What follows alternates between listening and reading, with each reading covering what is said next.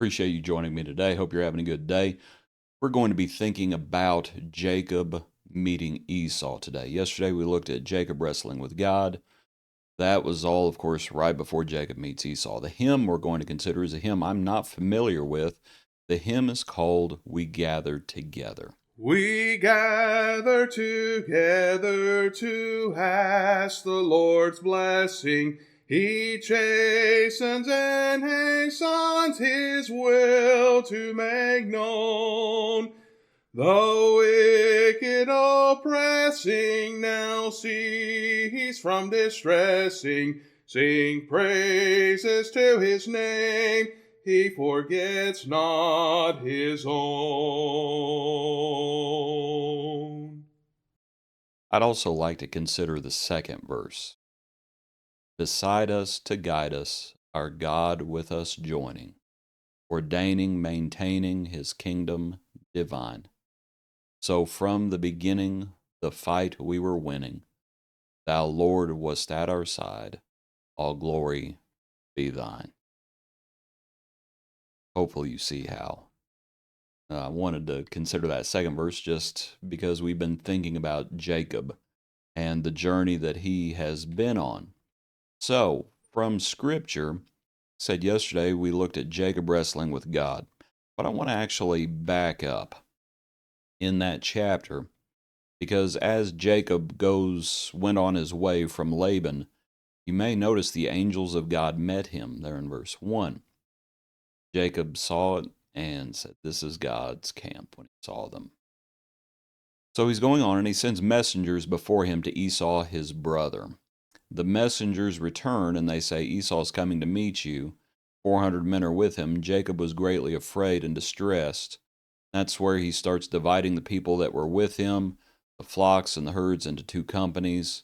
If Esau, he figures, comes to one company and attacks it, then the other company, which is left, will escape. So you see what Jacob is expecting. Verse 9, Then Jacob said, O God of my father Abraham, and God of my father Isaac, the Lord who said to me, Return to your country and to your family, and I will deal well with you. I am not worthy of the least of all of the mercies and of all the truth which you have shown your servant, for I crossed over this Jordan with my staff, and now I have become two companies.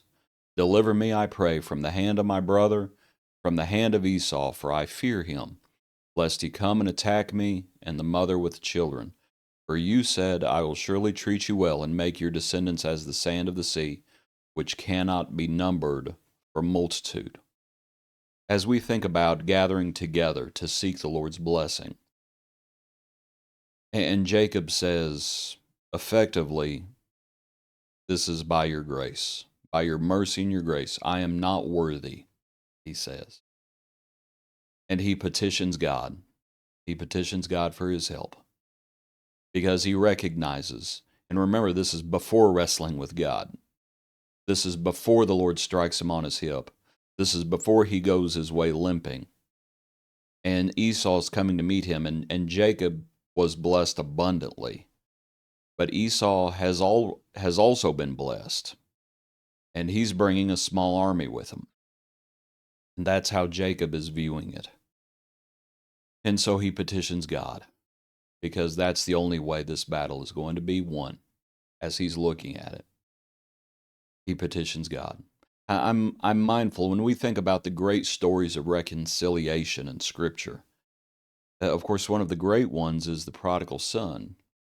And as the prodigal son comes home and he says, I have sinned in heaven and in your sight, talking to his father. And he recognizes that he had done both parties wrong. And of course, his father embraces him.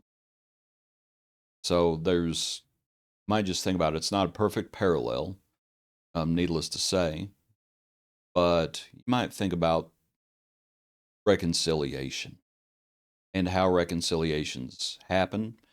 Here, he petitions God, but he also petitions Esau. Back in the account, a little bit later, in verse 20, says, Behold, your servant Jacob is behind us. Pardon me. Verse 19, he commanded the second, third, and all who followed the droves. It says, in this manner you shall also speak to Esau when you find him, and also say, behold, your servant Jacob is behind us. For he said, I will appease him with the present that goes before me, and afterward I will see his face, and perhaps he will accept me. So the present went on before him, but he himself lodged that night in the camp, and then you have the account of him wrestling with God. Not only did Jacob petition God, Jacob is also petitioning Esau. And when he comes back, and let's go ahead and look in the next chapter, in verse 33, he bows himself to the ground 7 times until he came near his brother. But Esau ran to meet him and embraced him and fell on his neck and kissed him, and they wept. And he lifted his eyes. Esau lifts his eyes and says, who are these with you? He petitions, he's bringing, as he's sending them over the night before, and he speaks about this gift for Esau. And he's wanting to appease his brother. I think Jacob at this time recognizes, he knows Esau. He knows this. He knew what the state of Esau's mind and heart were when he left. When Esau was comforting himself by wanting to kill him. And on some level, and I keep making this point because I think it's important for us to understand that Esau had despised his birthright. And you have the blessing and these things that are happening. And I feel like the whole life of Jacob is basically an example of grace because it's really unmerited favor. He does not deserve these things. And when he says, I am not worthy, he knows he does not deserve these things. He knows it's by the Lord's mercy and grace that he is what he is and that he has what he has. So he seeks reconciliation with his brother, and he's petitioning his brother because, frankly, he knows what he deserves. And so he's afraid that he's going to get what he deserves. And then Esau falls on him, and they weep. They weep, as it says, Esau fell on his neck and kissed him. They weep. And then you have the conversation about the blessings. As Esau says, and come down to verse 8. Esau said, what do you mean by all this company which I met? And he said, these are to find favor in the sight of my Lord. But Esau said, I have enough, my brother, keep what you have for yourself. Jacob said, no, please, if I have now found favor in your sight, then receive my present from my hand, inasmuch as I have seen your face, as though I had seen the face of God, and you were pleased with me. Please take my blessing that is brought to you, because God has dealt graciously with me, and because I have enough.